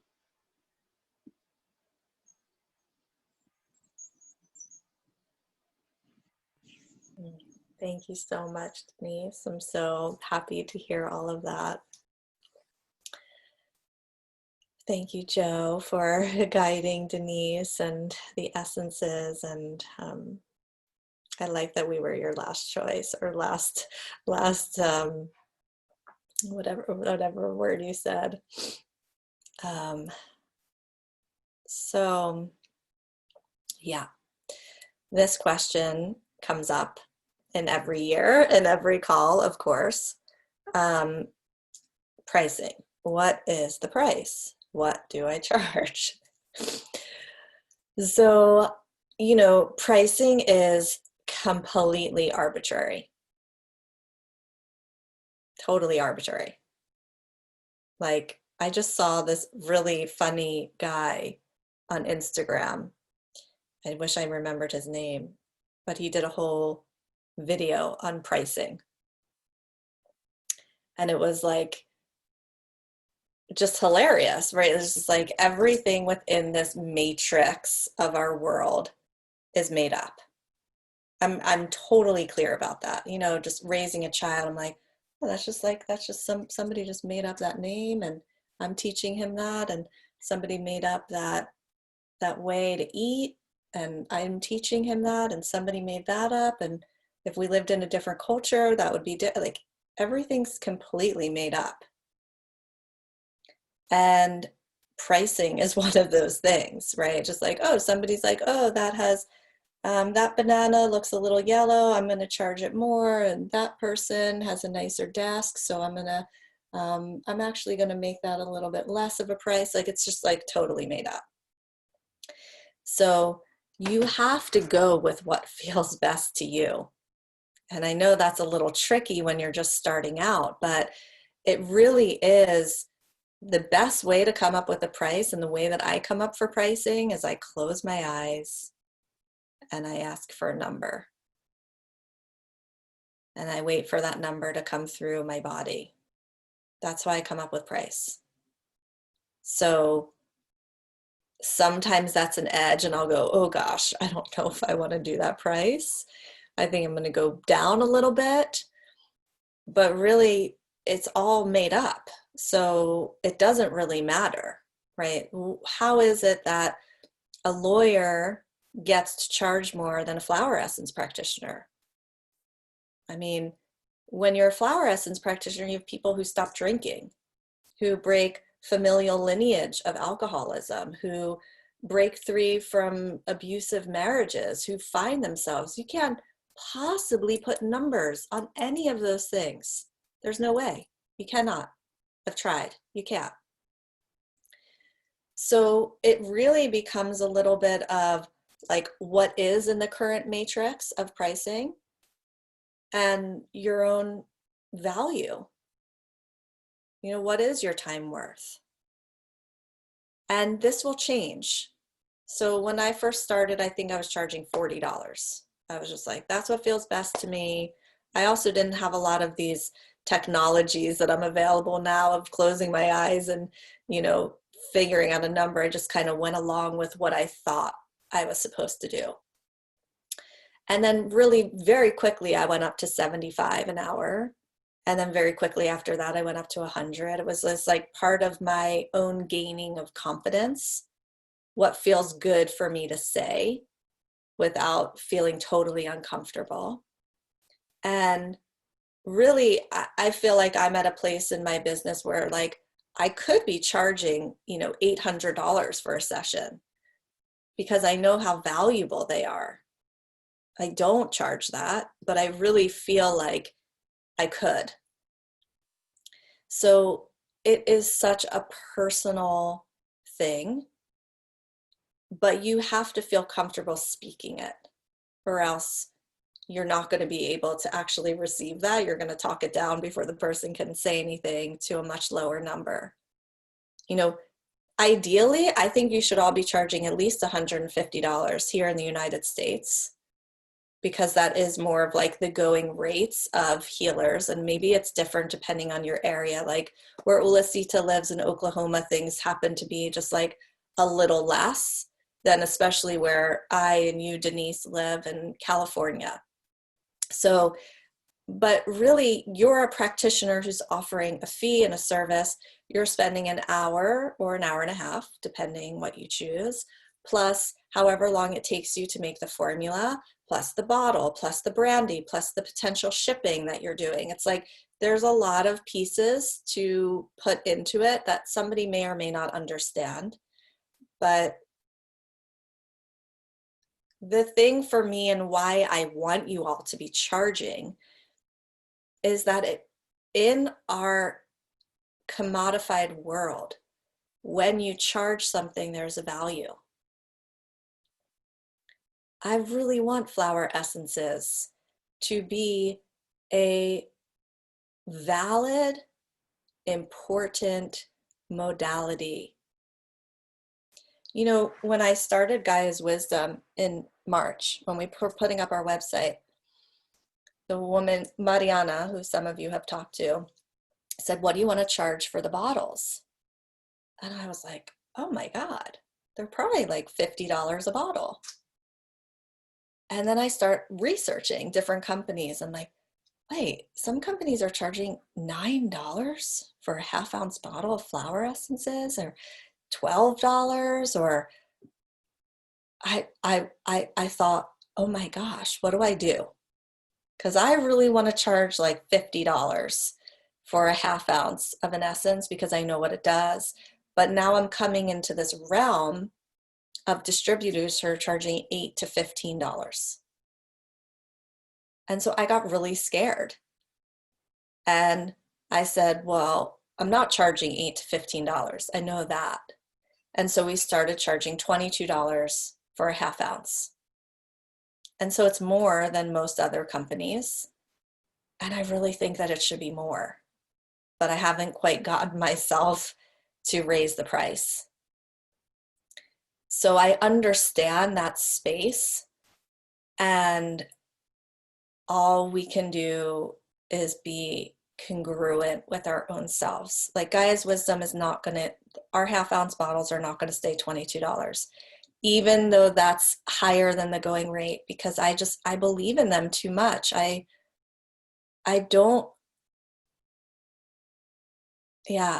When I used to make herbal products, I used the best organic ingredients and the best essential oils, and I would spend so much money on the ingredients, and what I would charge would not even cover, because the thought of me having a face cream that I sold for $100 25 years ago was not, I could not do that.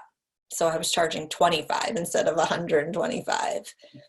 And there are people who make really good herbal products, who wildcraft their own herbs, who pray over each thing, who, you know, that money that you spend is not meant to be exclusive, but it's meant to put value into what it is that you're actually purchasing.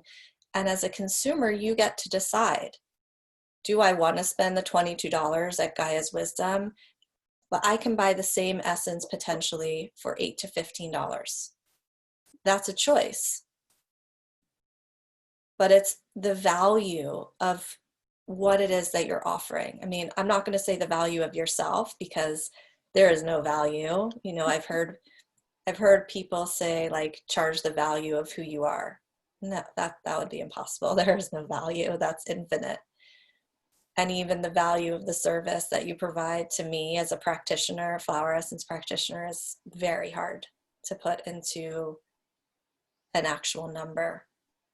So know that wherever you start, you're going to raise your, like, as soon as you do 4 or 5 people and you're seeing results, you're going to raise your price.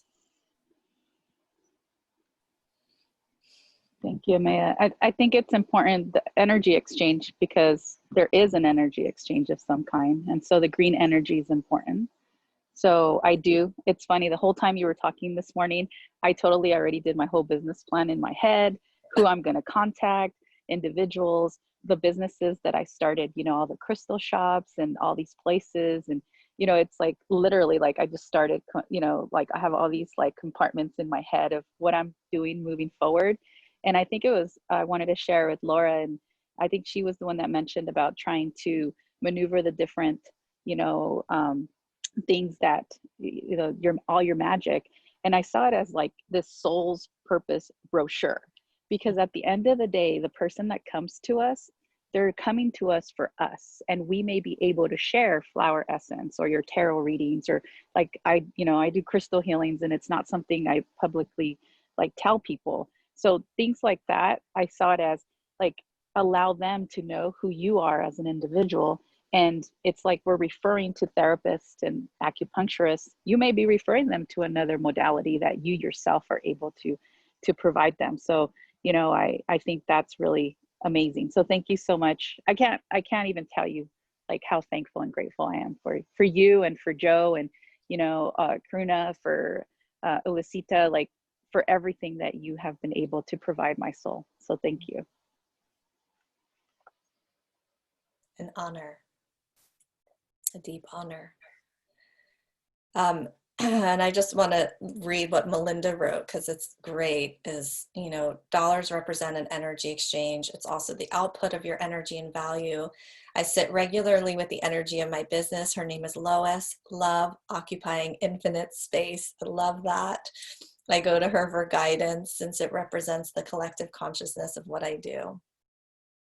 I love that, Melinda. Yeah. So each of you has, once you start to build a business, you'll have a deva of your business, and you know that your business has an energetic architectural blueprint.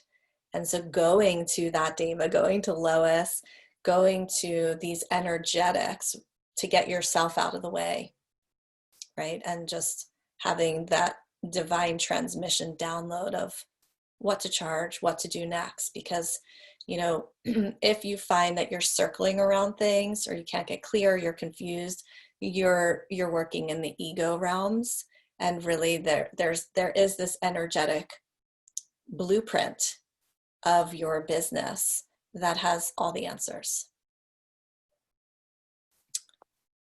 I just wanted to share something really quick. Yeah. I love this conversation so much. And Denise, your question just made me think about this. And it was something I did recently that helped me. So I used to see clients a long time ago and hadn't taken private clients in a while. Anyways, so a couple months ago, I actually started taking, I took 2 flower essence clients. So what I did is the very first one I took, was an acquaintance, and I just threw out a price that was less than what I used to charge for my one-on-one sessions, but still something I felt okay with. It was $150. And I thought, okay, I'll just do this and see how it feels then. So of course I loved it. I loved everything about it, except for after I got through the whole process, sitting and holding space, and then spending all the time formulating and everything. After that, I was very clear in my body. I was like, that's beautiful. And obviously I'll keep it at that price for her, but the next person I take, it has to be more, because that just felt resonant for me. And so that's what I did. So the next person I took, I upped it $50, and that felt so much more resonant in my body. So sometimes that's what I would do in the past, is I would just try something to get it out there, and then I would see how that felt with me, and up it if I needed to. So I wanted to share that. And then the other piece I wanted to share was, this came through, I certainly haven't shared this publicly with anybody, shared it with a couple of friends, but a name, and this is really tender because I shared on Facebook that I was processing the heartbreak of my last business, and I can still feel the emotion with it. But so this work with the flower essences and deepening around that is just like so tender to me. And I've had these fears around, oh, I can't go through the pain of loss again. And of course I know that that's not going to stop me, but I still have to speak them anyways and be with them. And so a couple months ago, the name came for my work with the essences, for the essence line that I'm creating, but also for the essence work that I do with individuals. And the name of the sacred business is called Elemental Whispers. Thank you. So I just wanted to share that. Thank you so much.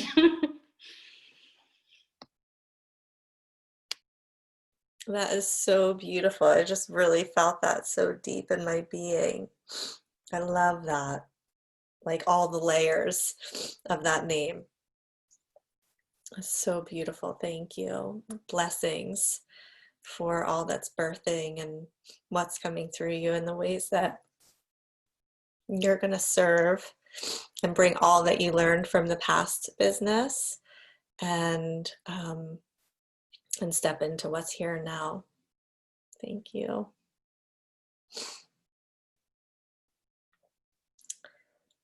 Of course, it had the elemental beings in there. That makes so much sense. So have we got time? Oh, sorry. Oh yeah, let me just say one last thing, Rachel, and then I'll pass it to you. You know, I've done that so many times too. Diamira is like, I'm just going to start with this, and it's just, oh, that didn't feel right. And then I have to raise the price, or I have to shift something in it, where maybe it's not the price, but maybe it's something else within the offering. So yeah, sometimes you don't know until you just try. Okay, Rachel, you'll be our last share for today. Thank you. Sorry to interrupt you. Oh, good. Because it was like 5 minutes. I was like, go. So I just wanted to share first, yeah, thank you for all the questions. They've really been resonating. I know it's been a really difficult struggle for me. I've been 15 years I've been teaching, starting out at and I found old class, you know, things asking for like £2-3, and I still struggle to ask for any kind of money. And then I was finding that, I mean, like at the core root of it is belly dancing.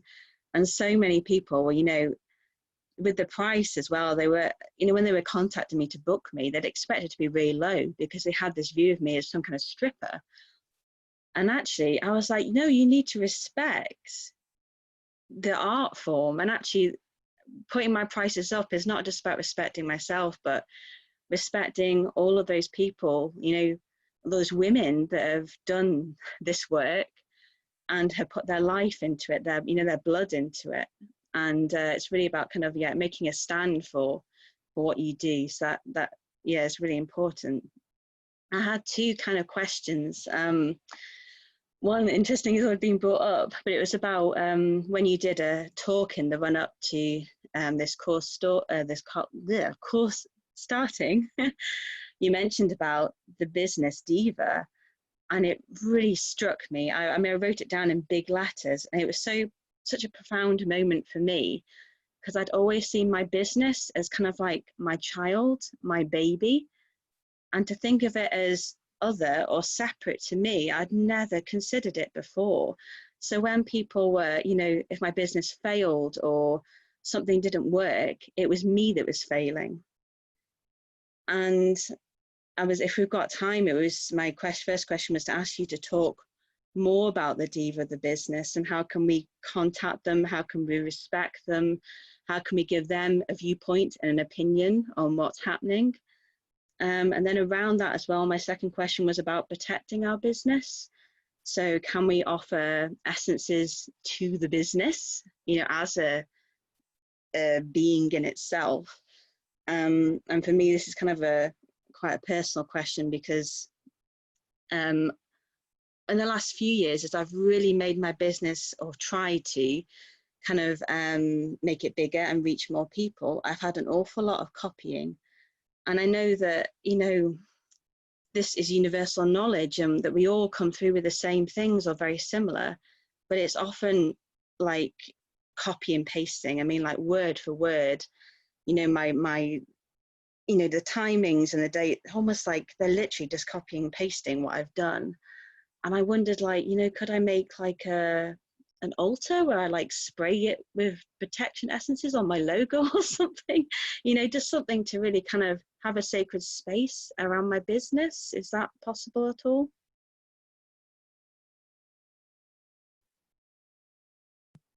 So these are great questions. And I loved just the piece that you started with of, yeah, it's about bringing value to that, which, like for you, belly dancing, it's like that's been a very pivotal healing modality for you in your dance. And you know, we started the call with calling forth our ancestors, and for me, it's like all those belly dancers who have walked before you, and you getting to be this person in this timeline right now who actually is able to validate this as a dance therapy, as a form of sensual sacred expression, as all the things that you put into your teachings. And it's like thinking about, for me, like the witches who were burned, and being in a place right now where I can charge whatever I can, you know, in my own self for flower essences feels like a real healing in a specific lineage. And so bringing value financially is not just all about the money, as we know. And I just want to presence this. It's about bringing value to something, especially in the feminine arts, that has been demonized or othered or suppressed. And so for you to be that revolutionary who's standing in that space saying, this is a value, this is something to be honored, and this is something that I charge for, it's not just about us. It's about everything that's happened before and everything that will come. So yeah, you know, it's funny, when Melinda wrote that, I thought, oh yeah, didn't I talk about that in, you know, some of the marketing that I did for this program before? So there is a free call that I did that Rachel's talking about, where I spoke about the deva of your business and inviting the deva of your business. And if you're interested in that, I would say email Mariana at Woman Rising Mystery School. We can get it to you. I don't know where it is. Like, I don't know where it is right now, but we can, I know we have a recording of it. And it's, you know, it would take a little too long to go in depth about it. But the idea is that every single thing has an energetic blueprint. flowers, trees, people, relationships, homes, businesses. Yeah, Melinda, please add when I'm done. Yeah, that'd be great. And so everything has an energetic blueprint. And so when you start a business, like when I started Gaia's Wisdom just recently, I did a ritual, I did a ceremony, I opened kind of the energetics of this new business that I was stepping into and connected to the deva of the Gaia's Wisdom business. So you just, you know, you can either just ask to be connected, or you can use your pendulum and say, can I be connected? Is there a deva of this? Usually the deva of that blueprint is just waiting to be connected to you. And that's why when you have a specific container, like a business or a relationship or just really anything, when that container is set, the deva gets created. It's like when you get pregnant, you know, when something comes into form, the energetic blueprint comes online. So absolutely calling forth the deva of your business to be part of your business making decisions and choices. So that may be using a pendulum and just asking questions and getting the yes or no from your deva, or it could be calling forth the deva of your business and your own higher self and any other guides that you work with when you're making choices. And as far as protection, absolutely, if you're feeling you need protection in your business, you know, there's a whole system that's taught by, I don't think she teaches it anymore, unfortunately, because I don't think she's teaching anymore, but a flower essence practitioner named Jane Bell, who created where I learned about energetic architecture through flower essences. And, you know, when there's things that are kind of off, right? You're like, oh, I'm not getting hired for things, or people aren't paying, or I feel protection. It's like something in that blueprint needs to be shifted or fixed. And so, you know, I learned a system specifically about how to use flower essences to make those shifts. But you can also just simply go to the deva of your business and say, hey, this is what's happening. Are there flower essences that can strengthen this container? And maybe again, you go outside and you do a ritual and you pretend that blueprint is there, and maybe you squeeze some angelica, or maybe you squeeze some yarrow. This is really, really a different way of building and sustaining a business than anything that we're taught in traditional business building realms. And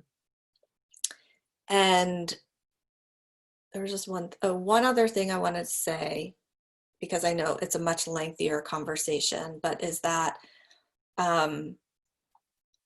copying. So let's see what I want to say exactly. Actually, Melinda, do you want to speak before I kind of just talk about that? Do you want to add what you want to add? Yeah, thank you. Amanda, I love your last comment with talking to the business deva about the essences. I'll just share that for me, I've been doing this for a number of years. And what I realized is this venture I have, she's always there with me. And we kind of shift forms. And the other part of it too is that as you grow a business and you add others, they also become part of that collective energy and that consciousness that develops. And so I met Lois through a shamanic journey. And it is really, really powerful. I have times where, like, I've had some struggles in one of our offices, and I've gone to her and I said, Lois, can I just put this office in your hands? And can you please take care of the situation? And boom, it's like done and taken care of. And so I think the shamanic journey for me was really powerful to just go in and just visualize and be in that place with her. And I've also met other aspects of the support that I've had. I've met actually a circle of women that Lois has taken me to that are in my lineage, and all these women that are supporting me. And it's like a council that I can also go through to with her. So I found it to be very, very powerful, and it is so beautiful just to sit in a meditation and just connect. And I asked to connect with Lois, and then we have our conversation and share. So I just wanted to give my experience with it and what it's meant for me. It's been really beautiful.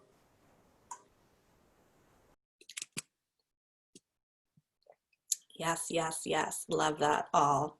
So yeah, you can do a shamanic journey to connect to, you know, the overlighting deva. It's like your spirit business manager, right? She's in charge. And for us to think that we know everything or can make the choices is a little bit arrogant, I think, because we all know that we live in a multi-dimensional realm where spirit and the divine are really our truest guides. So when this piece is left out of business building, it actually just makes things harder. That's my sense. You know, when I have to make a choice, a business choice, I always talk to my energetic spiritual team. I don't just make a choice on my own. And it doesn't mean that it's always going to like work out perfectly, because I'm still a human and I'm meant to learn lessons, but it makes things a lot easier for me. So, yeah, and so Kira's saying Michelle Small-Wright, who started Paralandra, who wrote many books that are very cosmic and amazing, of her connection to the devas and the spirits. Kira's saying she has a method to help of maybe with your business. I don't know it, but I know her other methods are pretty amazing. So, and of course, if you want to talk more about this, maybe, you know, we can have special time that we do that on another call. Denise, you do not need to wait to get your certification before you begin practicing. I want to just do this one final piece in your question, Rachel, about copying. You know, we live in a time where it's really easy to get copied. It's really easy. Social media, everything online. And plus we live in this like fast pace, like, you know, take a shamanic program and you're a shamanic master 2 days later. Like that's just not, I don't believe that to be true. So I've had to go through a lot of different processes around people copying. And I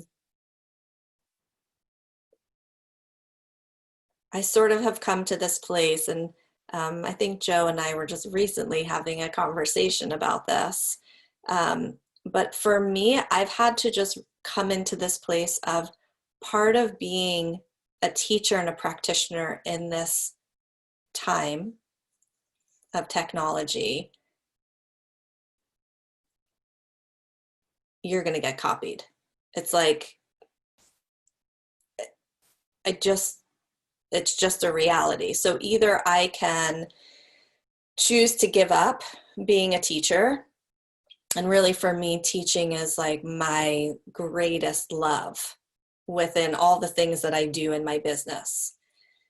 So either I have to give that up, or I have to be okay with it with certain boundaries, right? So sometimes I see somebody copying something literally, like you said, Rachel, like word for word.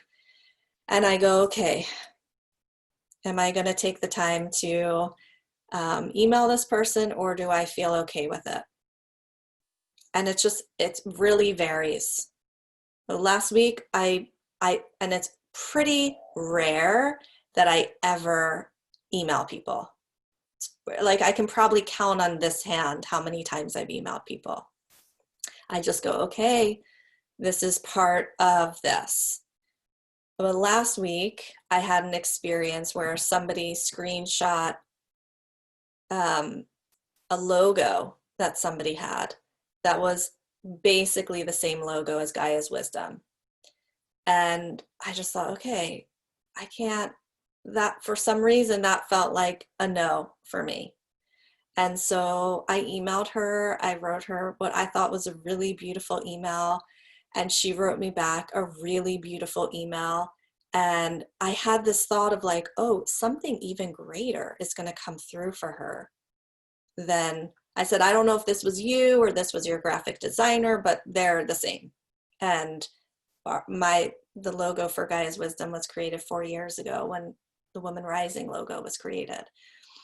And anyway, it turned out she ended up creating a whole new logo that's like so totally aligned. Like I saw it and I was just like, oh yes, this is like 5 times more amazing. So sometimes when we copy, it's a place that somebody's at where they're not confident, they haven't stepped into themselves. And so I think, Rachel, it's just like, is it important for you to say something or not? And part of, I believe, being online, being in person, being a teacher, people are going to copy. It doesn't make it right or wrong, doesn't make it easier, but it is a reality. So just, I wanted to place that in here because I feel ya. Thank you. Yeah. Yeah, so Denise is asking about the other essences in Gaia's Wisdom. So what I'm going to do, I'm actually going to create a date for a call. I think the week after we complete this program, with anyone here who's interested in learning about the other collections. And also I'm going to be inviting women from previous years and women who are in our collective, because it'll just be easier for me to have one call to go through all the collections, because I know many women have questions about it. And so that's what I'm going to do. So there'll be an email about a specific time and call for those of you who are interested. Okay, ladies, thanks for staying. Thanks for a long, beautiful call. I know it's all really important. And I know there's even more about building a business that's going to come through. And let's all close our eyes for just a moment and just feel into, oh, Maria, are you going to share about how to use the essences for physical symptoms? So that's our level 2 training, actually, because there's just so much involved in it. And the level 2 training actually has to happen in person. So we haven't been able to do that this year. I was planning to do it this fall. And it has to be taught in person because of the way that I teach it. I don't actually know how to do it online. Like it would dilute it too much. So I will let you know when we do it. I know there's many women from the previous years who want to learn that process too. Okay, so taking some nice breaths, eyes closed. Just feeling all that's present, nervousness, excitement, everything in between. As you cross the sacred threshold that's been waiting for you. As you cross this threshold as a practitioner, as a leader, a confident and mature woman taking her rightful place as part of your destiny, as part of your fulfillment of service. So just feeling all that's here, letting all that's here be here. Giving thanks to those ancestors and to Gaia and to your courage. And so bowing to your own self.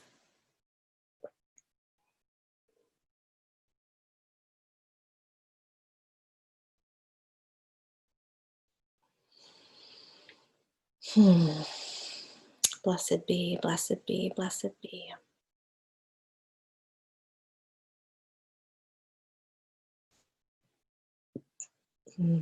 Thank you so much, ladies. So excited for all that's to come for all of you as you really start to serve others and claim this as part of your offerings. So next week we have a week off, right? Is that correct? Yeah, but we have a practicum session. So for those of you who schedule for next week, please, please make sure you can be there. Let us know if you can't. I'm sure there's other people that didn't sign up that are now realizing they want to sign up. So if you cannot make it, please let us know. I'm sending you all lots of love.